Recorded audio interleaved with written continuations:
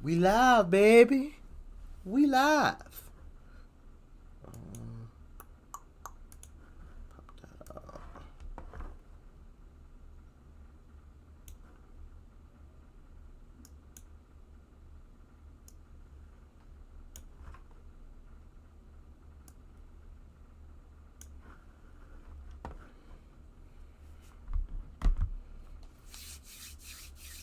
We live, baby.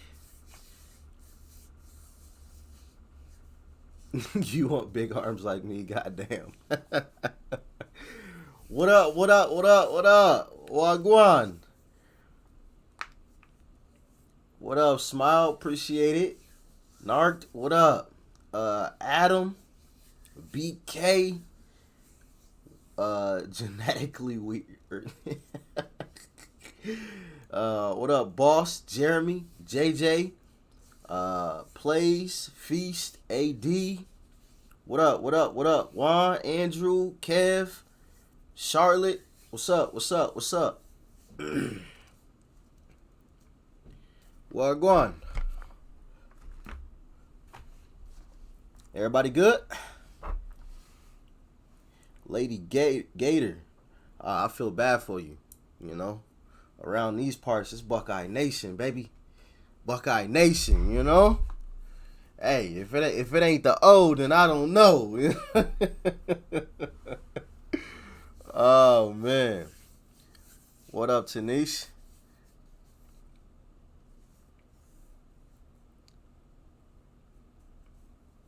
It's all good, AD. It's all good. Honestly, I've been crazy busy myself, you know, which is why, you know, for a while I wasn't uploading as many videos. Yesterday we got back on track though. I can't remember how many videos I dropped yesterday, but I feel like it was up there. That video count was up there yesterday. Like 5, I think.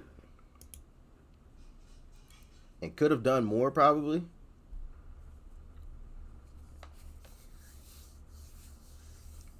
Oh, the Gators, your high school mascot. Okay, okay.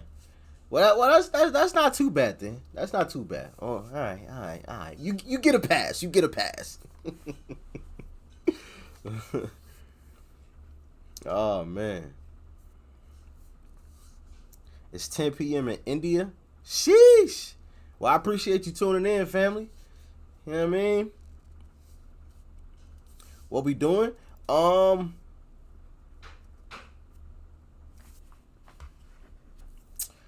Maybe.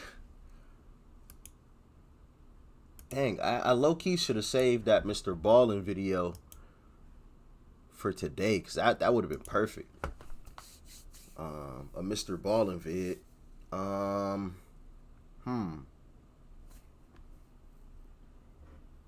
What should we get into?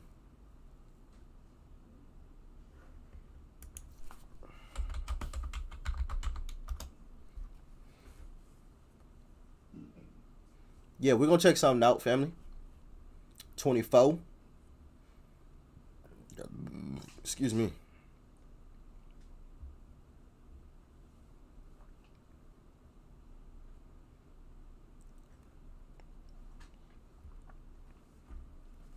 When we get more of if Goku and Vegeta were black,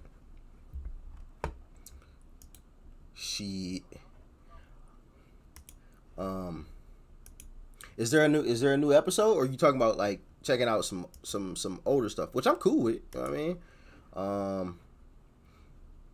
But in the meantime, in between time,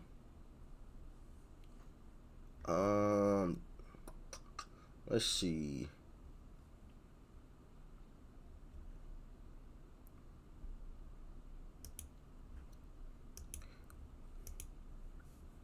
Might hop into a little Mr. Ballin real quick. Any genre off limits? We've checked out everything. We've checked out everything on this channel, from rock, country, rap, and everything in between, you know, different languages. We've checked out some opera, you know. There's nothing off limits. There's nothing off limits over this way. We have checked out Opera. Cage, for real, for real. Have I heard of Crowder? Like Jameson Crowder?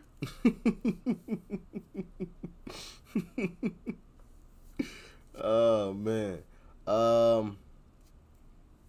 Let's see here. I'm doing good, Hayden. How you doing, family? Harry Mack got a new vid?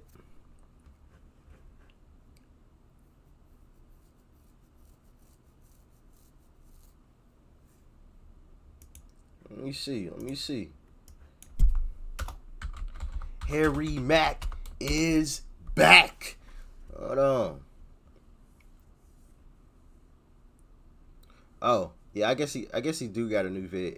I thought it might have been one of the Omegle bars. I think we still got quite a few Omegle bars to get to as well. Cause I know we when we started from like the very first Omegle bars, and we were kind of working our way through. And then he started, as he started dropping new ones, we were jumping into that, and then it kind of got all messed up. So might have to get back to that. Go back to the original ones we were doing. But yeah, let's check out this Mr. Ballin episode. See what he got for us. New Tom McDonald.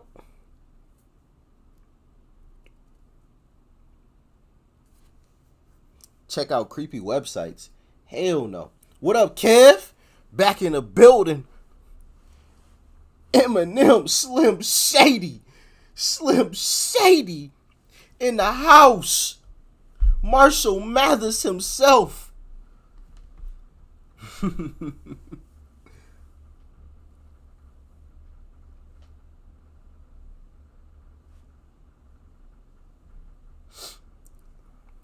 Crowder is a Christian group. Only Crowder I've ever heard of was Jamison Crowder. Plays for the New York Jets, I think, wide receiver.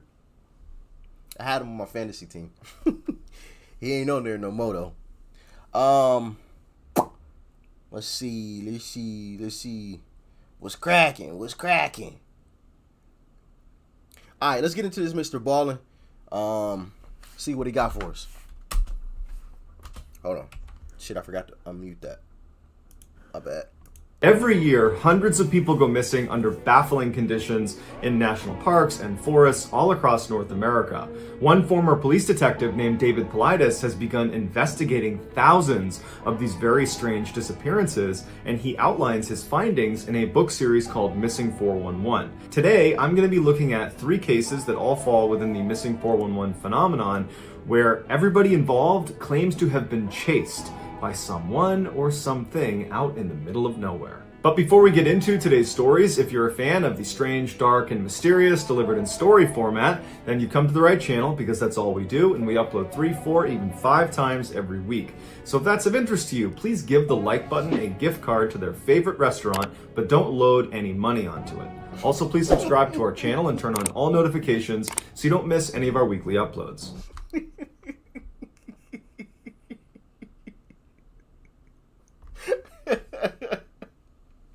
That is so savage.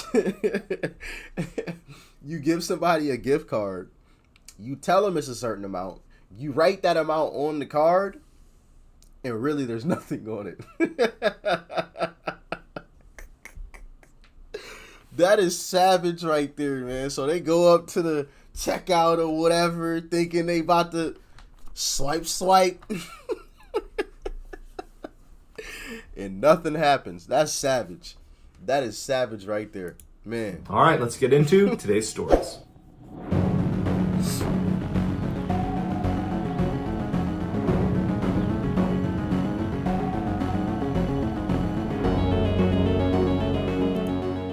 In 1989, 22-year-old Eloise Lindsay was a fresh college graduate, and she was at a crossroads in her life, because even though she just earned her degree, she really didn't know what she wanted to do with her life. And because she was an experienced backpacker, that happens to a lot of people. She thought a good way to, kind of get her life together would be to go on a sort of retreat, go out into the woods, go out into nature, and kind of find herself. So she had planned this very detailed 43.3 mile hike along the Appalachian Trail, starting in South Carolina, where the first 7 days of the hike she would be totally on her own, and then at the 7-day mark she would meet up with a friend at a particular rendezvous point. Her friend would give her resupplies and would be her companion for the rest of the hike. When Eloise told her parents what her plans were, they were not concerned for her safety because she was an experienced backpacker. She had made trips like this before. And so they said, great, we'll see you when you get back. So on November 4th, Eloise sets out to begin her journey down the Appalachian Trail. And the first couple of days of her hike were great. The weather was beautiful, the scenery was amazing, and she had all this time to just kind of be by herself and look internal and think hard about what she wanted to do with her life. But on the third day, when she woke up, she was sleeping inside of a tent she had camped just off the trail. She woke up and she had this intense sense of dread. She couldn't really place where it was coming from, but she knew something was wrong, and she's kind of doing inventory of her life, like, what did I forget? Is there something that I'm just not thinking about right now? But she kind of pushes it aside mentally and thinks, okay, you know what? I'm just going to pack up my campsite here and get hiking, and I'm bound to, come up with what it is that's making me feel this way. So she gets out of her tent and she begins packing up her campsite, and she's looking out, kind of scanning the tree line, not because she was looking for anything, but just because she happened to be looking out. And she could have sworn that she saw a man standing, 30, 40 feet away behind a tree. And she kind of... Hell no. That's why I tell y'all, keep that hammer close. You never know what you might need to nail. I'm doing good, family. Can we do some Mike Jack? Of course. Of course. I want to say we have checked out Mike Jack on the channel before. Rest in peace to Mike Jack, man. The legendary Mike Jack. Do I like drum battles? What do you mean? Like actual drums? Like, and people like battling that way? If that's the case, I don't know if I've ever watched that before. Maybe like bands go, back and forth, but not like drums. Number one rule, never go to the woods by yourself. Absolutely. Or you better keep a hammer close, did a double take and was staring at him. It's broad daylight, it's the morning, and they're near a trail, so it isn't like unbelievable that there might be someone near her at that very moment. But she kind of did a double take and she looked at them again, and this person was gone. And she stood there for a minute just kind of looking in the direction of where she had seen this guy, wondering, is my mind playing tricks on me? Did I really see someone there? Why aren't they showing themselves again? If there was someone there, they clearly must have just been looking at me. Why aren't they, poking their heads out again to communicate with me in some way? We're out in the middle of nowhere. We should be talking to each other. But the guy never shows himself again. And so as she's standing there wondering what she should do, she isn't ready to yell out to this person because there's part of her that's a little bit nervous about yelling out to some stranger in the middle of the woods. But she starts to get this really intense feeling that she's being watched. And it feels an awful lot like the sense of dread she had while she was in the tent. And she's starting to wonder, are my instincts or is my sixth sense picking up that I'm being watched? Like there's some predator out there looking at me right now? And even though she has no way of knowing if that's actually true, she's alone in the middle of the woods. And even though she's experienced, she can't help but feel really vulnerable. And because this guy is just not showing himself again, she feels a little bit threatened. And so she begins to panic and she starts packing up all of her stuff as quickly as she can. And as soon as she can, she takes off down the trail away from that guy she saw in the woods. As she was walking down this trail, she couldn't help but think someone was right behind her. And she kept turning around to see if this person or whoever it was behind her, and no one was ever there. But this visceral feeling that she was being watched, that sense of dread she had, it just was not going away. And so she started walking faster. See, when that situation happens, first off, you won't catch me out in the middle of fucking nowhere by myself with a group of people. Nah, son. Like, we ain't going out in the woods. We leave that for the lions, tigers, and bears. You know what I mean? I am none of those things. So y'all can keep that. I'll keep this. You know what I mean? Like, nah, I am cool. But if I was in that situation, bro, like, nah, this whole little wilderness trip it's over. Like, I'm out of here. Like, we getting the fuck up out of here. Fuck that after the 7th day we rendezvous. Nah. We gone. Sheesh. Machete, hammer, whatever kind of weapon I got with me, which is more than likely going to be a hammer. Hey, keep that hammer close. You never know what you might need to nail. But all weapons are coming out and in hand. In hand. Any of the slightest motion towards me, hey, it's going to be a bad day for you. It's going to be a bad day, Sheesh. And faster. Before long, she was running, and she's realizing that she's in a section of the Appalachian Trail that's very remote. She's not near civilization. She's not near her next rendezvous point. And so she's thinking to herself, I need to get off this trail. I need to get to a road. I need to get away from here as soon as I possibly can. And so her options were to continue on this trail for several miles, and it would probably take her until well into the night before she was going to reach civilization. Or she could take a shortcut because she believed there was a road that was running parallel to her trail, but it was way down the mountain. It would require leaving the trail and basically cutting through the wilderness to get down to this road. But she was pretty confident it was right down there. And because this threat of this person or thing following her was so intense for her, she decided to leave the trail. She couldn't stand the idea of having to spend another... Rick Ross got a new single? What's it called? My guy said, I keep that chainsaw close. night out in the middle of the woods with this person stalking That'll work. her.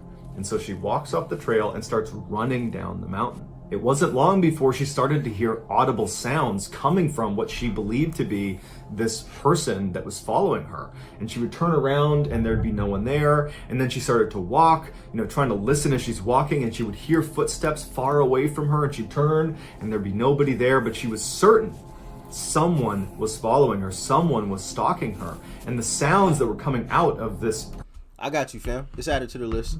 person, this animal, whatever it was, they sounded like, a deep male voice, but you couldn't recognize if it was a language of some kind. It just sounded more like a grunt or a yell of some kind. And so her heart rate's elevated, she's panicking, and she's walking as fast as she can just through the middle of the wilderness, hoping she's walking towards this road. But after walking and running for miles into the middle of nowhere, she has not come to a road. It's now completely dark out, and she knows she's lost. So she has to set up camp in the middle of nowhere, and she knows somewhere out in the middle of the woods is some person or something that is stalking me. And she's all alone. She has no way to contact anyone. She doesn't have a cell phone. It's 1989.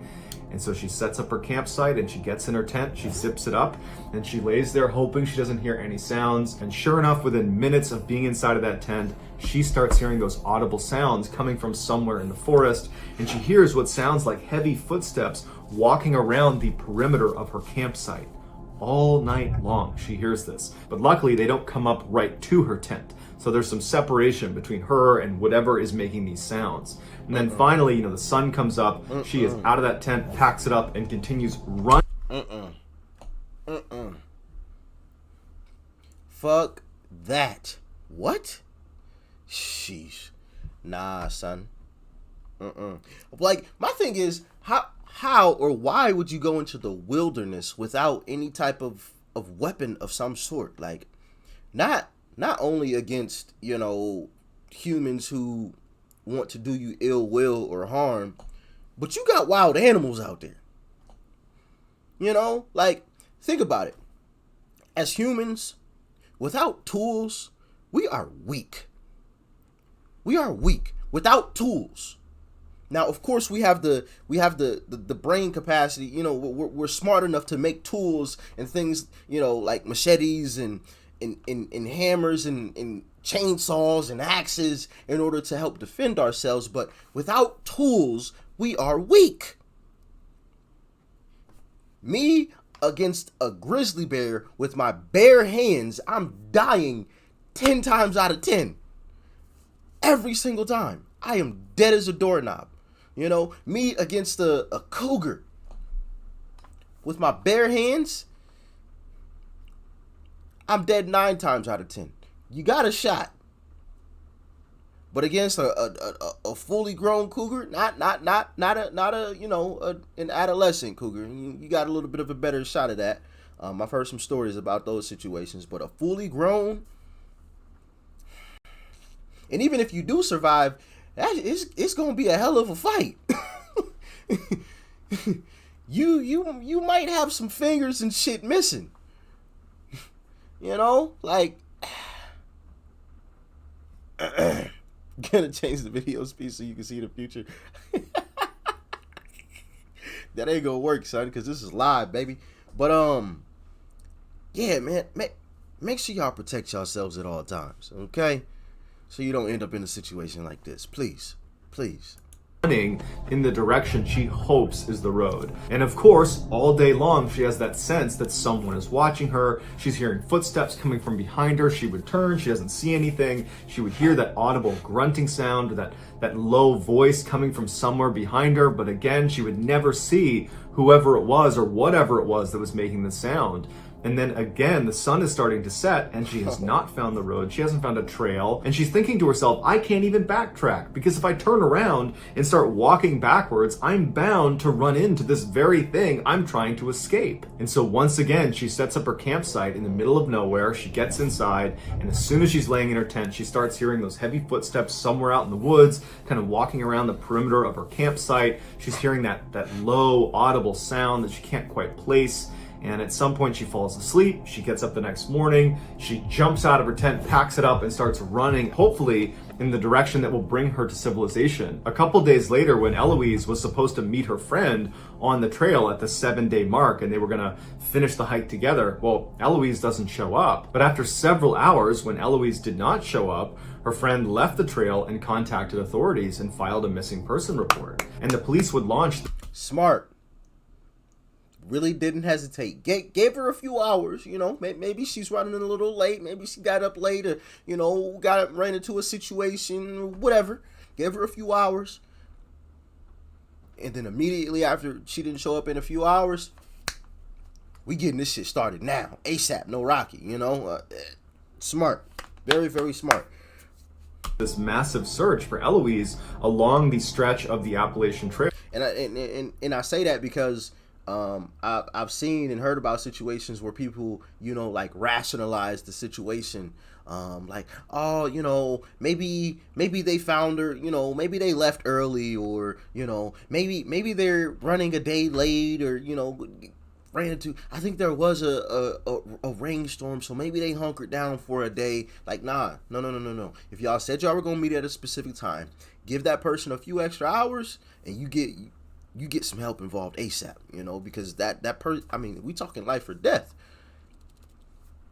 So, where she had said she would be. And for the next 14 days, hundreds of police and volunteers and helicopters are scouring this area, and there's no sign of Eloise. And so after 14 days from the time her friend filed the missing person report, the police had to turn the search off, and they say, look, we can't find her. 2 days after the search was terminated, so 23 days after Eloise had initially set off for her trek through the Appalachian Trail, a hunter that was out in the middle of nowhere near the Appalachian Trail discovers Eloise perched up against a tree. She's totally emaciated, she's dehydrated, she's delirious, but she's alive. At first, she was terrified of the hunter because she believed the hunter was this person that had been following her.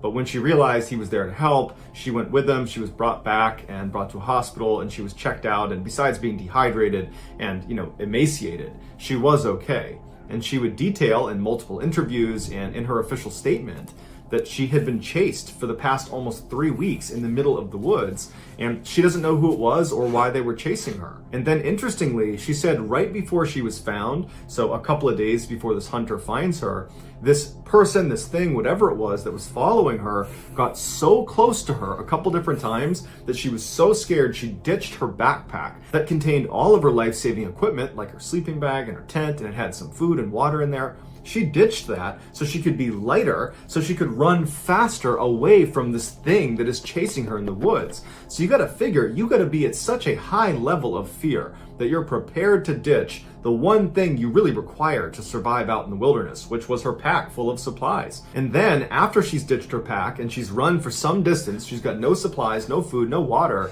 she stumbles across this tree in the middle of nowhere that wedged inside the trunk is a cache of donuts and pound cake. And so she takes the donuts and pound cake, and between that and the stream water she had found, that's what kept her alive for the last few days before she was found. Eloise says she has no idea what to make of her experience, and law enforcement were baffled by it as well. Some people think Eloise had a mental break, and she effectively made this whole situation up. That she really was lost in the woods, but no one was chasing her, and she was just kind of paranoid and running around the wilderness for a couple of weeks. Other people, including park rangers that work that stretch of the Appalachian Trail, believe it's possible she could have been stalked by wild men, which are basically people that live out in the mountains that are effectively feral, that live off the land, and they've been known, according to local legend, they've been known to attack park rangers and people that live out. Wild men. Humans that have become feral. What? Yeah, nah, son. No. No.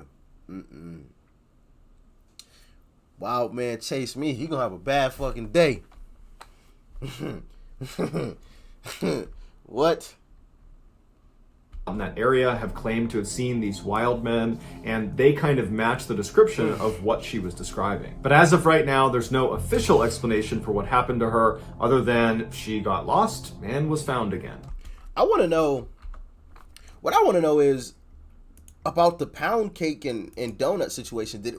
Was anybody able to confirm that there were pound cakes and donuts in the in the hollow of in the hole of this tree? Base of this tree or whatever, wherever she found it? Because if that is true, then I'd be more inclined to believe the rest of the story, right? So like if they went and searched where she was kind of found and saw there was crumbs from, some pound cakes or some donuts or, some glaze or something left behind or anything like that, then I'd be like, oh, she was actually telling the truth. Well, who the hell would leave some pound cakes and donuts out in the middle of fucking nowhere, in the hole of a tree? Now that sounds like more of a, actually a real story, right? Where she was actually chased by someone who lived out in the wilderness. I'm sure they came across some people that were camping and left the pound cakes and donuts, and this wild man stashed it in the tree, and she happened to stumble across it while running from the wild man or whatever. Hell yeah, he getting a whole ass diss. You gonna hit him with the diss track, huh? Am I a regular viewer of Mr. Ballin? Kind of. Now I am, for sure. Whenever Mr. Ballin drops something, it's gonna be on the channel. As a matter of fact, if you're not subscribed to the other channel, I'm rebranding another channel where I used to upload simply K-pop videos, but I'm rebranding it, and it'll probably be where this kind of content will go. The Mr. Ballins, the funny. Oh, whoa. Hold on, Mr. Kang, sending your boy a care package. I appreciate you, family. I appreciate you. Shout out to Mr. Kang doing his thing. I appreciate you, family. Appreciate you. Thank you. Dropping that off for your boy. Man. I lost what the fuck I was saying. What was I saying? Mr.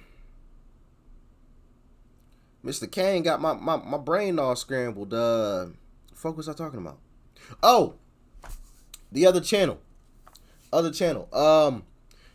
This kind of content, the Mr. Ballins, the Family Guy funny videos, probably like any like funny videos, comedy, like maybe that sort of stuff will probably go on the other channel. I'll type it in the chat. I'm gonna change the name of the channel. So if you got any ideas on what to call it, let me know. But right now it is called Rich Pop, because like I said, it was all K-pop reactions that I used to do over on that channel. But matter of fact, hold on. Actually, wait a second.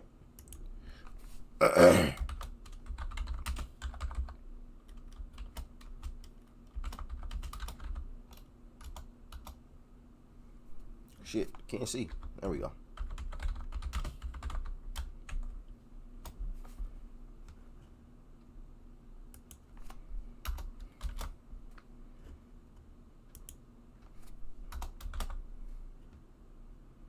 D Rich Entertainment. What's the D stand for? Rich Reactions. Simple. Yeah, I like it. I like it. I like it. Straight to the point. I dig it. That's the name of the channel right now. It's called Rich Pop. So make sure y'all go subscribe to that channel. And like I said, there's gonna be some rebranding going on and more videos like this. And other funny videos, maybe some comedies. We can get into, checking out some comedy joints over on that channel. And then the main channel will be the same. Nothing will really change on the main channel. We'll keep that mostly the same. So if you enjoy the main channel, don't worry about any of that. It's just additional stuff will be on the other channel. All right. But anyway, man. Once again, shout out to Mr. Kang doing his thing, sending your boy a care package. Appreciate you once again, family. Thank you. Thank you. Man. Oh, shit.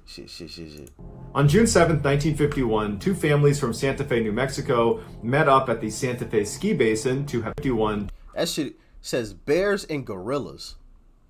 Oh, damn. Two families from Santa Fe, New Mexico met up at the Santa Fe ski basin to have a picnic together and to enjoy the mountain. That was crazy. During the summer months when there's no snow on the ground, the Santa Fe ski basin is a very popular location for hikers because the terrain is very rugged, and if you get up to the top of the basin, there's these incredible views overlooking the valley. But on this day, the two families decided they wanted to have a picnic at the base of the basin, basically looking up the mountain. As the parents were setting up the picnic site, the kids started playing together. And that was Larry and Janet McGee, who were brother and sister aged 7 and 5 respectively, and Stephen Cross, who was 3 years old. After they finished setting up their picnic site, they look around and realize the kids are gone. And they're thinking, we just saw them like 2 minutes ago, so they can't have gone very far. And so they start looking around for their kids, and they can't find them. They're yelling out for them, and they're starting to get a little bit more worried. And they start branching out farther and farther, and they realize the only other place they could have gone is up into the woods, which are very steep and very rugged. So they're thinking, well, they can't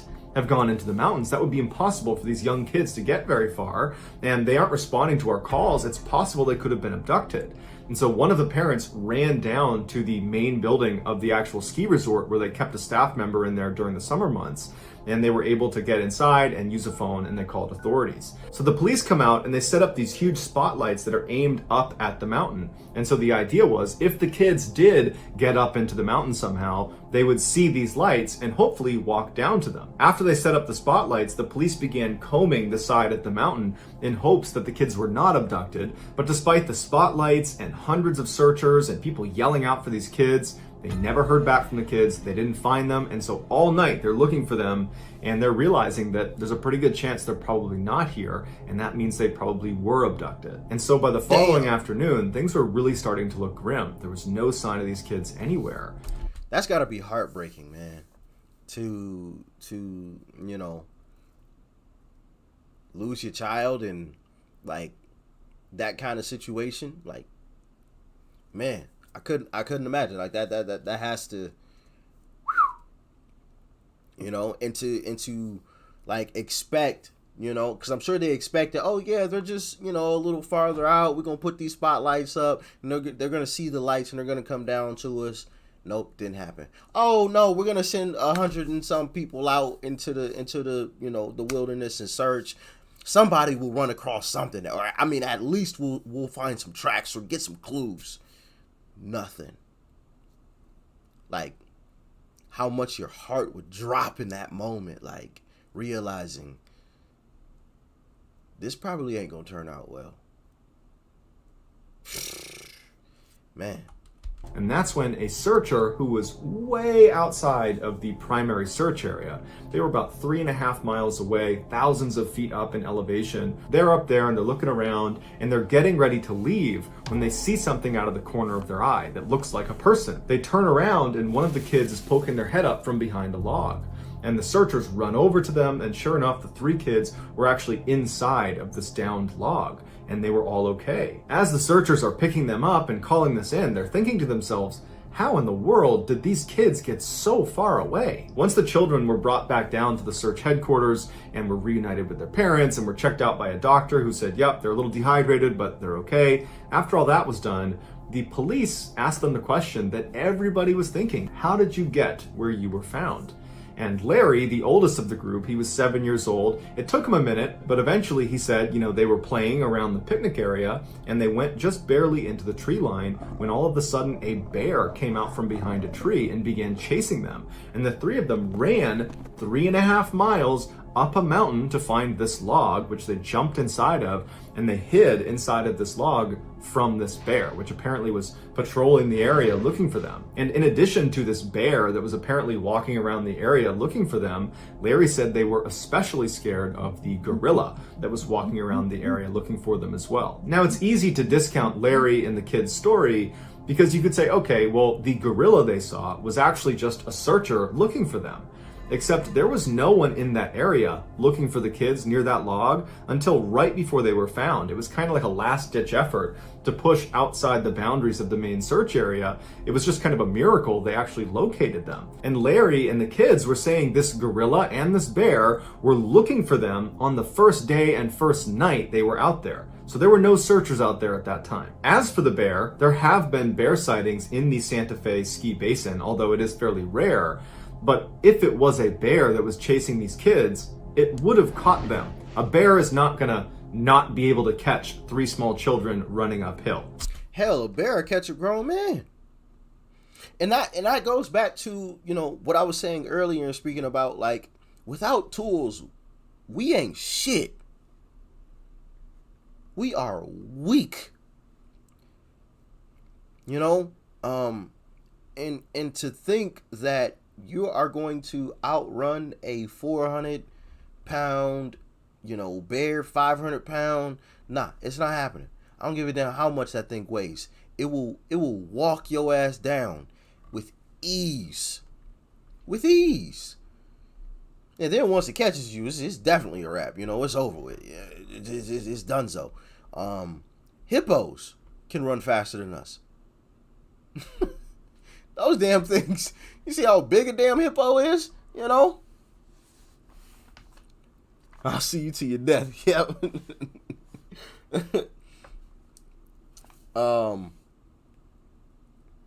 My clip's bananas. I'll kill a gorilla quick.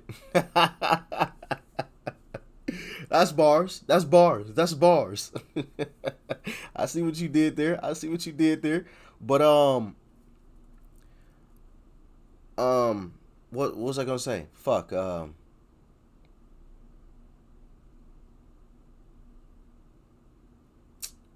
Totally lost my train of thought. Oh, we're at the bottom of the food chain without tools. With tools, we're at the top. Without them, we damn near at the bottom. Like, it's crazy how that works. It's crazy. Oh, whoa, Diablo. Sending your boy a care package.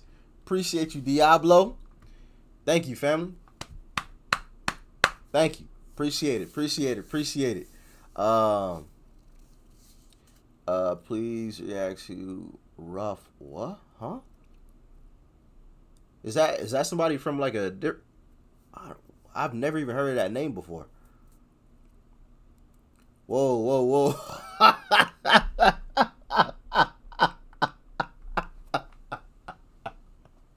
Yo, KC is back. My guy said, nah. KC came in with the finger wave like Matumbo said, nah.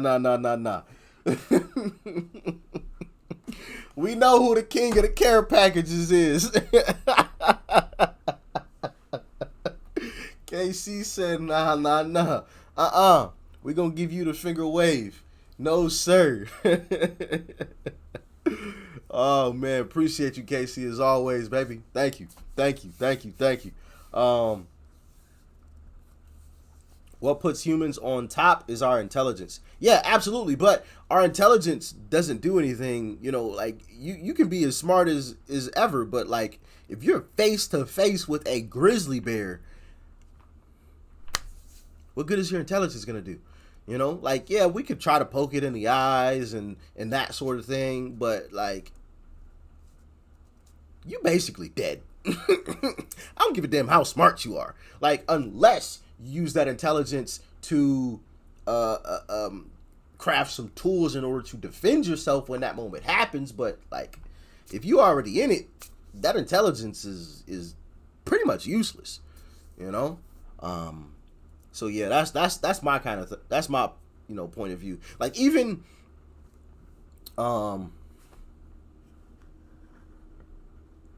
we may have book smarts, but if we don't have common sense, then you are fucked. Yeah, a lot of people got book smarts, but they ain't got a lick of common sense. And it's crazy. It is baffling how that shit works.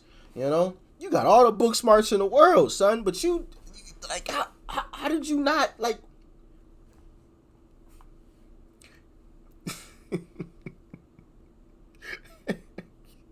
The amount of shit, quick story. One of my homies who's really damn smart, right? He didn't know how to cook ramen noodles, however the fuck you pronounce it. This guy put hot water in a bowl, put the noodles in it, and let it sit on the counter. I'm like, son, like, what? Like, are you stupid or are you dumb? Like, that shit ain't gonna work.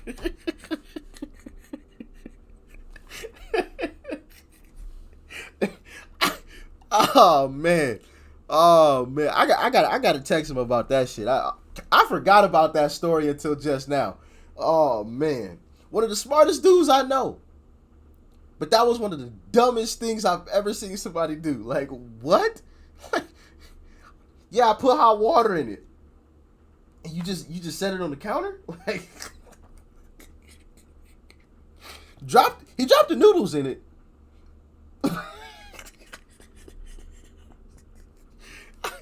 Yeah, crazy.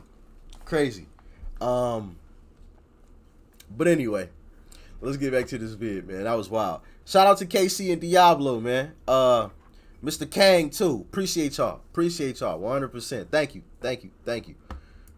So either there wasn't a bear, or it was some other animal that might have resembled a bear. But what type of an animal would chase 3 small children who are very vulnerable 3.5 miles up a mountain only to abandon them? But even if we say, you know what, there's no way the bear and the gorilla had anything to do with this. This is just kids who got lost and they wound up in the woods and they were found, and that's it. Fine. But I have a 3-year-old and a 4-year-old, and I can tell you right now, there's no way they could cover a 3.5 mile distance uphill in really rugged mountainous terrain in a 24-hour cycle. There's no way. Without help, that's not possible. I would say the only caveat to that would be if my children were fearful for their lives, in which case adrenaline would kick in, and they probably could cover that distance in a 24-hour period. That certainly lends credibility to the idea that Larry, Janet, and Steve were in fact running for their lives, and they had that adrenaline kick, and that's how they were able to cover that distance. But were they really running from a bear or a gorilla? We don't know, and there's been no further investigation into this case, and I think that's because the kids were found alive. The parents, the police, they're happy, and everybody moved on. Yeah, that's crazy. I don't...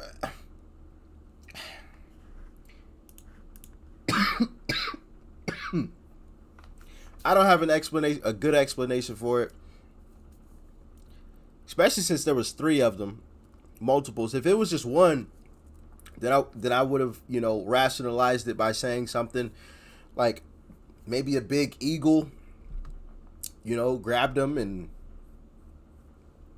kind of dropped them off, 3 miles up the mountain or whatever, and went on about his business. I don't know, I feel like that's plausible.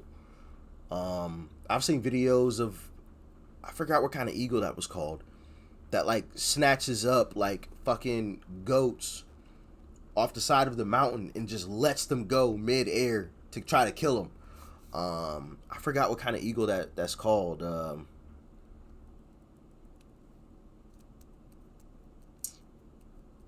Yeah, I don't remember, but that really does happen. So like I would have rationalized it with that, but with multiple,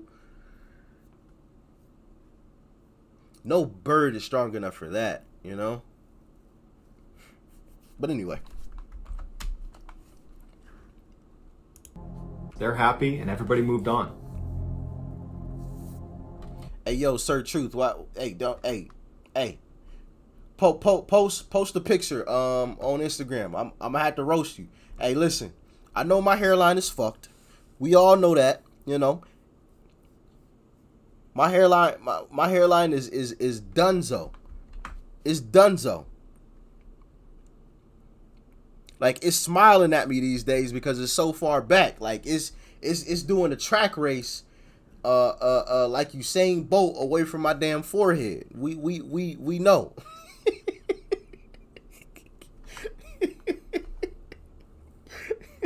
My hairline doing the Fat Joe dance. It's doing that lean back.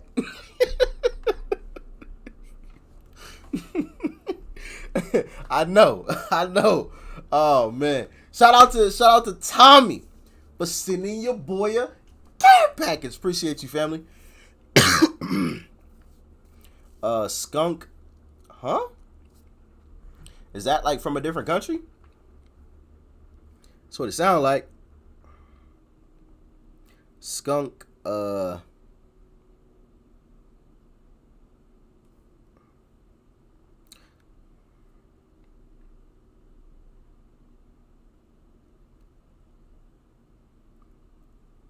what's that called? Week? Alright, I got you, fam. Hopefully YouTube will let me upload it. Sometimes stuff gets blocked, which is why y'all never see it, you know what I mean? I've been checking out hella shit, but yeah. You should play Fat Joe as well.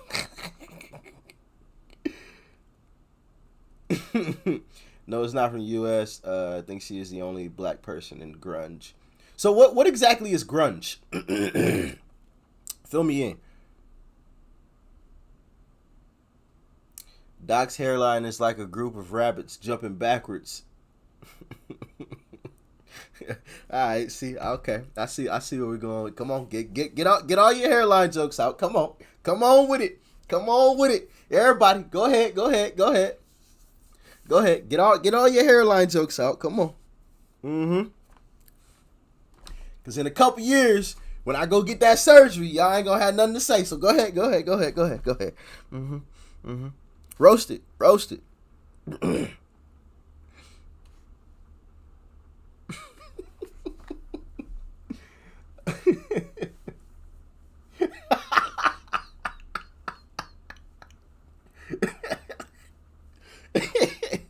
Oh man, okay. Alright.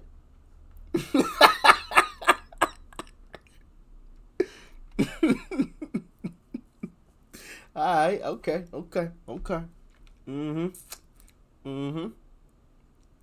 Emo without makeup. Okay. Interesting. Now I'm even more interested to kind of check it out now. Because I don't think it's anything that I've ever listened to. Like emo without makeup. Grunge.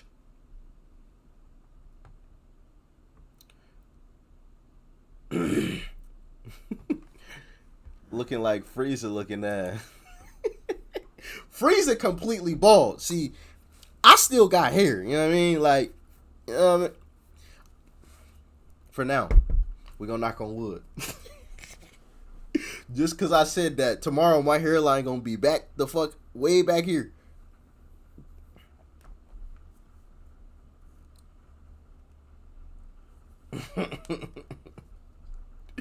Oh, man.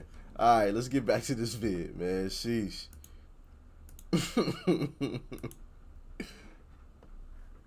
My forehead bigger than Jimmy Neutron? Damn. Alright, that's cool. Hey, Sir Truth, I'm gonna need you. I'm gonna need you to send me a picture of yourself though. Pause. Like just of your face. Cause see, y'all got the advantage. Y'all can see me. I can't see y'all, so I can't roast y'all back. You know what I mean? Like I'm roasting little avatars. You know, so like, hold up, Tory Lanez looking at. Ooh. Oh man. Okay. All right. That's cool. Y'all can have that. But just know this ain't a fair fight. You know? I can't see what y'all look like, so I can't roast you back. You know, this ain't a fair fight. Y'all jumping me right now. But it's all good.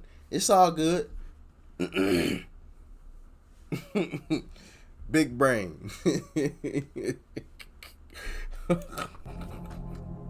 Y'all From 2002 to y'all ain't no damn good, man. My guy said my forehead like 40 miles away, like we on the highway. Okay, all right. I got some good ones. I give you credit. But just know it's cheap. Because I can't roast you back. 2006, Cullen Finnerty was perhaps the most successful college quarterback in history, winning 3 national championships and being named the Division II player of 2006. Cullen Finnerty was perhaps from 2002 to 2006. Cullen Finnerty was perhaps the most successful college quarterback in history, winning 3 national championships and being named the Division II player of the decade. He was also perhaps the toughest college quarterback in history. Most quarterbacks will spend their careers looking to avoid getting smashed by defenders. Not Cullen. Cullen was 6'2", 240 pounds. I know it's all love. Hey, trust me, I'm not tripping. Like me and my homies, like we used to do this all the time. Just sit and roast the hell out of each other. The fuck out of each other, you know what I mean? So hey, it's all good, it's all love, you know what I mean? And he would tell his teammates that he wanted to get hit, and he would hit back. And his coaches hated it about him, but his teammates loved this about him. Cullen was also famous for playing through injuries. His junior year in college, he broke his collarbone, and he didn't tell anyone, and he played through an entire playoff series that he won. After college, Cullen's professional football career was not nearly as successful as his amateur one. He played briefly for 2 NFL football teams, the Baltimore Ravens and the Denver Broncos, but when he wasn't getting any playing time and he just could see the writing on the wall that this was not going to be a match, he was not going to make it in the NFL, he left for Europe to play in a European football league. But when his European football career started to sputter out as well around 2009, he came back to the United States where he joined a very small-time indoor arena football league. And while Cullen's love of football was still there as much as it ever was, he knew at this point, playing at this low of a level, that his career was effectively over. Around the same time that Cullen was hanging up his football cleats, he would meet Jennifer, who would become his wife.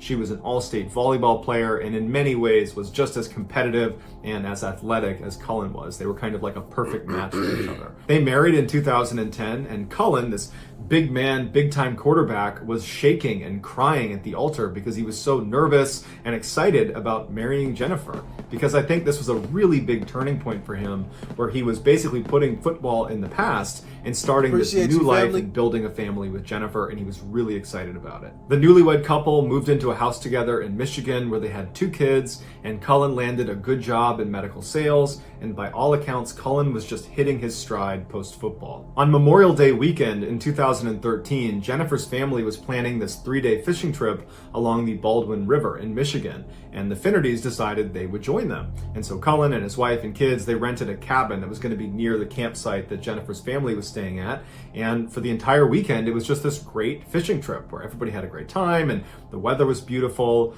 And on May 26th, so the last night of this 3-day fishing trip, Cullen, who had recently purchased this pontoon boat that they had used for this fishing trip, he wanted to just go out one more time on his boat, this boat that he was really proud of, and fish for another 30-45 minutes before ending the weekend. So Cullen put on his waders and his jacket, he grabbed his fishing pole, and he had his family drive him to the stairs that led down to the water where his pontoon boat was. Before he walked down the steps, he turned and told his family that he'd be out for about 30 to 45 minutes and that he wanted to be picked up at the next boat ramp down the way and that he would call when he needed a ride. 42 minutes later at 9:27 p.m., Jennifer receives a phone call from her husband, and she's expecting it to be the call where he says, "Okay, I'm ready to get picked up." But when she answers the phone, Cullen is frantic, and he's telling her that he's being followed by two men in the tree line, that he's out on the water on his pontoon, but there are two men in the tree line that he can't see, but he can hear them, and they've been following him for some time.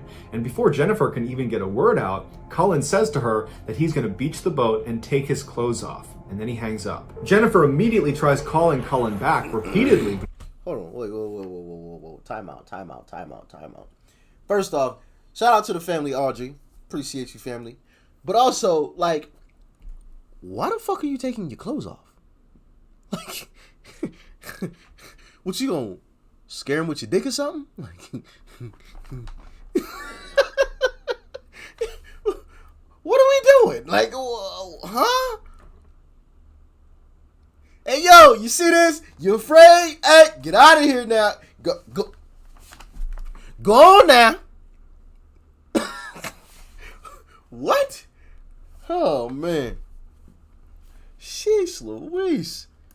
He's not picking up, and so she's left feeling totally confused about what her husband has just told her. But what stood out to her was how scared he sounded on the phone.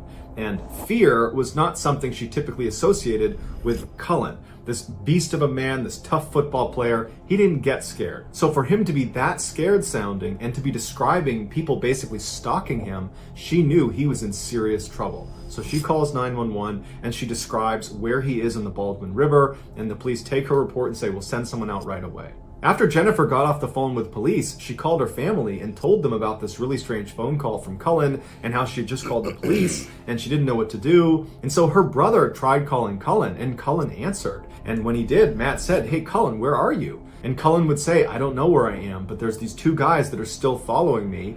And Matt would say, "Are you still on your boat? Are you on land?" And all Cullen said is, "It's getting pretty rough out here." And then he hung up. Afterwards, Matt would call Jen and he would tell her about this phone call with Cullen, and it really didn't add any clarity to the situation. And so Jen and her family decide the best thing they can do is go to the boat ramp where Cullen had said he wanted to be picked up, in hopes that maybe he would make his way there and they would find him. So Jennifer and her family head out to this location, and Cullen's not there. They get out, they're yelling for him. There's no sign of him, and shortly after, a police car would show up because this was one of the areas where Jennifer had said when she spoke to police that Cullen might be. And so the police officer gets out, they take an official statement from Jennifer, and at this point they file an official missing person report. Before the police began looking for Cullen, they reached out to his wireless service provider and they asked them to ping his cell phone from the tower. Any service provider has the ability to roughly triangulate the location of a cell phone based on the last few locations of the phone. The last 4 locations that the service provider pinged for Cullen were up to 4 miles apart from each other, which was bizarre in its own way, because the idea that in a very rugged, rough area in a very short amount of time that Cullen had been moving 4, 5, 6, 7 miles just to get to these different points, that didn't really make sense. But also when they looked at these points on a map, it looked like each of them was either near a paved road, or in order to get to them, you would have had to cross a paved road. And so they're thinking to themselves, why does he keep moving point to point if at any one of these locations he's near relative safety? But as strange as these 4 locations were, the police now had a really solid starting point. So they dispatched people to each of these points, and they began combing along the river where he had last been seen. And within an hour, they discovered his boat. It was a little ways down from where he had been dropped off. It was missing an oar, and it was basically beached on the side of the river. It wasn't clear if it had been intentionally beached, but Cullen wasn't in it, and when they searched around the area, they couldn't find any sign that Cullen was in the area. They were yelling for him. He wasn't yelling back. Interestingly, a man who owned property near where the pontoon boat was found reported to police hearing screaming or yelling coming from the area where the boat was found around the same time that Cullen went missing. But despite this piece of information, it didn't actually help them discover where Cullen actually went. For the next 48 hours, police and hundreds of people searched in the areas where his cell phone had pinged and along the river where his pontoon had been found, but there was no sign of him. Then, on the evening of May 28th, approximately 48 hours after Cullen had gone missing, they discovered his body. It was located less than a half mile away from a paved road, and it was situated in between those 4 points that the cell phone provider had given. He was laying completely face down with his right arm under his body and his left arm over his head, clutching some grass. When they rolled him over, he had some blood coming out of his nose, but besides that, there was no significant trauma anywhere on his body. Cullen appeared to be wearing all of his clothes. However, it was noted that the strap on his waders was really badly twisted. Now, if he had never taken his clothes off, that would have been something he would have fixed. It would have been very uncomfortable when he started this trip to go fishing. That would have been something he would have fixed. Now, he said to his wife on the phone that he was going to be taking his clothes off, which there was no explanation for that, but he clearly said that to his wife, and she reported that to police. And so some have speculated that between that phone call and finding him with the twisted strap on his waders, that indicates that perhaps his clothes did come off at some point over the past couple of days and were put back on again, either by him or by someone else. His cell phone had also been found in his front pocket, indicating that those cell phone pings had been his actual location. Initially, Cullen's autopsy was completely inconclusive. There was no trauma to his body. There was no obvious thing that killed him. But later on, it was determined he died of pneumonia caused by inhaling his own vomit. So we don't know how you get to a place where you're inhaling your own vomit, but I would imagine you're in a pretty panicked state of mind if that could happen to you. Many people believe Cullen's death was the result of a traumatic brain injury caused by all the years of playing football and getting hit in the head. And so that can lead to paranoia. And so that was going to be my next guess, was the CTE situation. And yeah, perhaps this was a fit of paranoia. He got turned around, he got scared, he thought somebody was chasing him, and then, he vomits and inhales his vomit, and that ultimately kills him. And in 2011, Cullen had briefly shown signs of being a little bit paranoid when one day he thought someone was following him, and he actually went to a family member's house and said, "I think someone's following me," but he could never identify where this person was or who they were. But even if this was a fit of paranoia and no one was following him in the woods, well, why didn't he stop on the paved road every time he crossed it? Because that would have represented safety. I mean, in 2011, when he supposedly had another fit of paranoia, his instincts were to go to a family member and to seek help. And so you would think his instincts in this situation would be similar. He would seek help, he would seek safety, but he continuously left safety. He left the road. He left his boat. His boat was safety. Why did he leave his boat? And even if we turn this around and we say, no, it was not a fit of paranoia, that he was in fact being followed by someone or something in the woods, well then why would that prompt him to call his wife and say, I'm going to get out of the boat and take my clothes off, and then proceed to walk 4, 5, 6, 7 miles in a very short period of time, crossing over a paved road at least 1 or 2 times and not stopping, not signaling for help? That doesn't make sense either. And what was that screaming that resident heard coming from the area where the pontoon boat was found? Unfortunately, there are many questions in this case, and the vast majority of them will go unanswered. So that's going to do it, guys. If you found the secret... Yeah. Excuse me. Crazy ass story right there. Crazy. Like, what? You beach your pontoon or boat, whatever, and you strip butt naked and somehow end up with your clothes back on. You inhaled your own vomit. Like,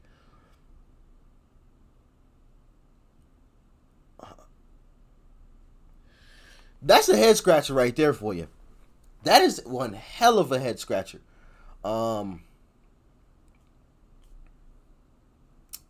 Oh man, he said I'm built like a refrigerator. Oh man. Sheesh. I'm doing good, Alan. How you doing, family?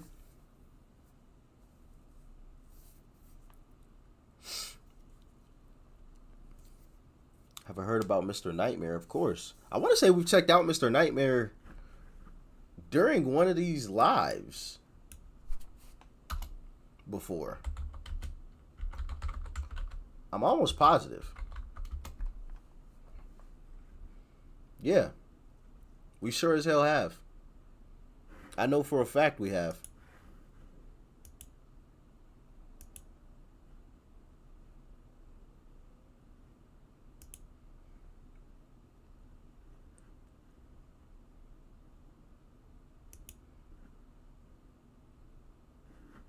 Yeah, for sure. 100%. Oh.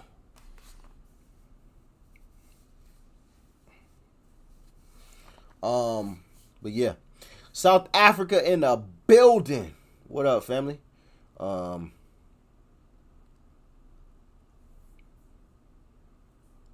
I saw that video. I'm seeing.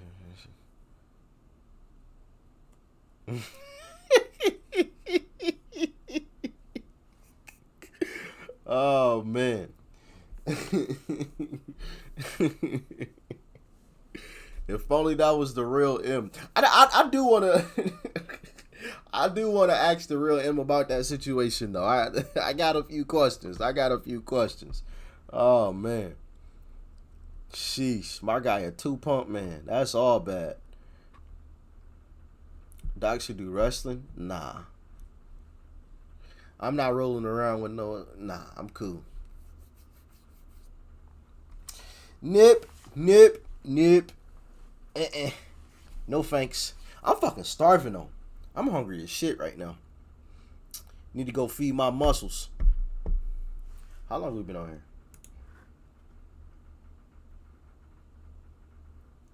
Not crazy long. A little over an hour. But sheesh. What we checking out today? I know a lot of stuff dropped the other day, and I have yet to get to everything. I still got some stuff to check out. Actually quite a bit of shit to check out. Low key. God damn. I didn't realize how long this fucking list was. Sheesh. Oof. Okay, so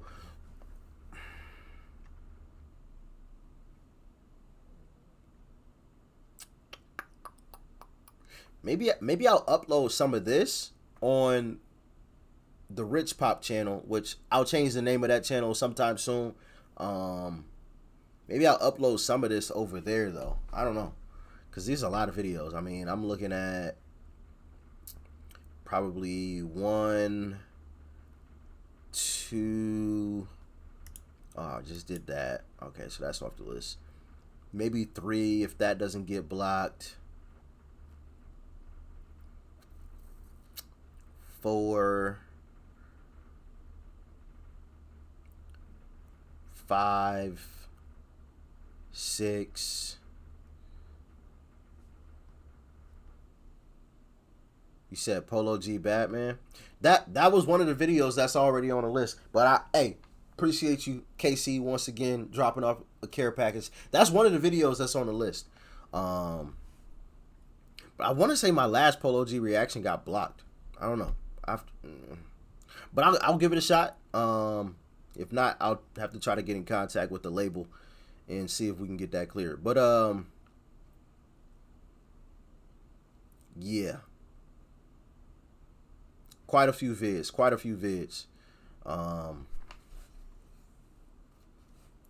Actually, and I'll probably start uploading like scary videos over on the Rich Pop channel. So make sure y'all subscribe to that. I pinned it in the comments. So yeah, make sure y'all subscribe over there. Gonna start uploading over there real soon. Maybe today. I might just go ahead and drop a scary video or funny video over there today. And then of course, like I said, everything on the main channel gonna stay the same. You don't have to worry about that. It's all gonna be the same. This is just like extra stuff, you know. But yeah, sheesh, lots of stuff to get into, and I got a special series coming for y'all. I'm excited about this one, but you gotta be patient.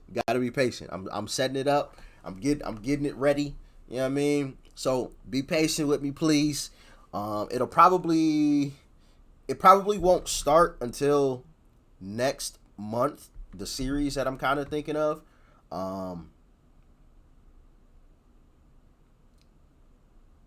But it'll be fun. But yeah. Anyway, I'm gonna get to recording these vids for y'all. Well, first I'm about to go eat because my stomach is like eating itself right now. I am starving. But I appreciate y'all tuning in. Shout out to everybody that dropped off a care package. Sheesh. KC. Who was it? Kang.